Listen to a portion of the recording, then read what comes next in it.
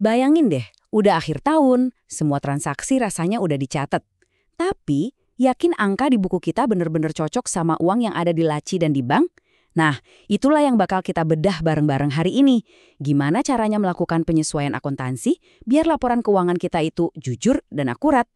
Pertanyaan ini, nih yang jadi inti dari semuanya. Di ujung tahun, sering banget ada selisih antara catatan kita sama kenyataan di lapangan. Dan inilah misteri pertama yang wajib kita pecahkan sebelum kita bisa tutup buku. Ini dia rencana main kita. Kita mulai dari yang paling dasar, ya, ngitung uang tunai.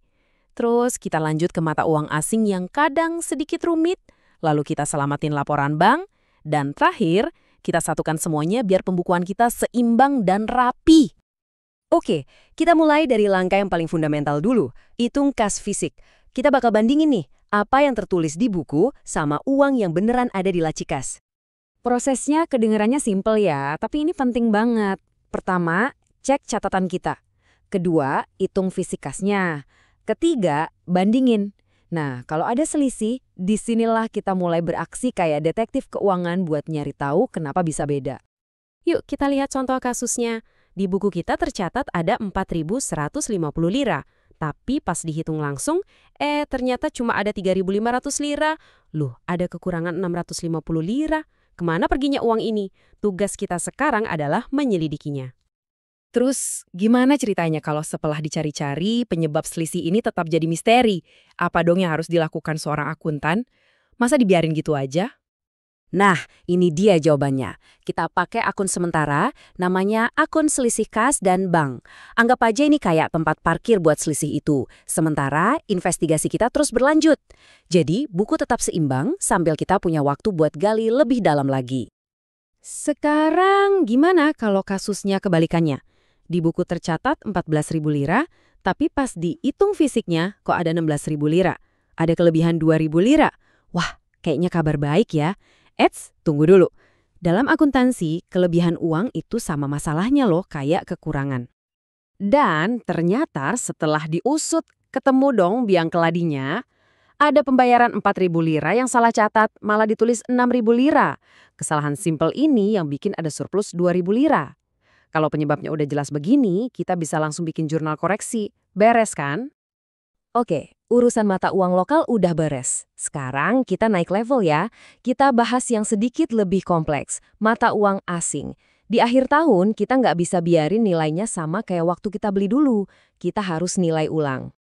Kuncinya itu ada di sini, kurs pada tanggal 31 Desember.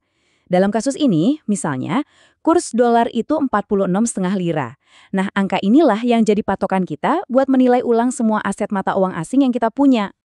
Coba kita hitung bareng ya. Perusahaan beli 3.000 dolar pas kursnya masih 36,6, nilainya jadi 109.800 lira.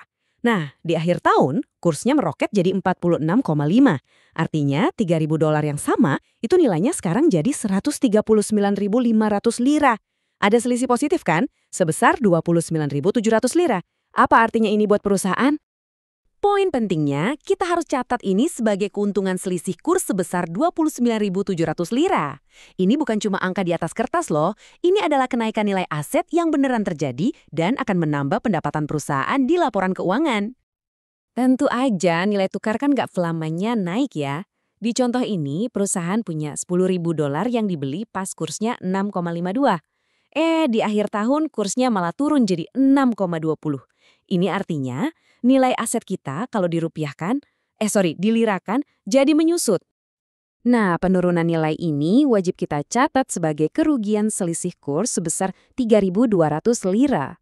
Sama kayak keuntungan, kerugian ini juga harus dicatat biar laporan keuangan kita itu jujur. Inilah resiko dan realitas kalau kita berbisnis pakai mata uang asing. Oke, kas di tangan beres, falas beres. Sekarang kita pindah ke uang yang ada di bank. Di sini, kita bakal bahas seni rekonsiliasi, yaitu gimana caranya mastiin catatan kita itu sinkron 100% sama catatan bank. Salah satu hal yang sering banget ketemu pas rekonsiliasi itu pendapatan bunga yang belum kita catat. Misalnya bank kasih bunga kotor 80.000 lira, terus mereka potong pajak 15%, yaitu 12.000 lira. Dan yang masuk ke rekening kita itu sisanya 68.000 lira. Nah, ketiga angka ini harus kita catat dengan benar di pembukuan kita. Nah, ini dia titik awal yang sering bikin pusing. Buku kita bilang saldonya 22.000 lira, tapi laporan dari bank bilang cuma ada 20.000 lira. Loh, selisih lagi. Di mana bedanya? Yuk kita cari tahu. Setelah dicek satu-satu, ternyata walah ada beberapa kesalahan. Transfer yang nilainya salah catat, cek keluar yang lupa dicatat, dan penarikan tunai yang angkanya juga salah.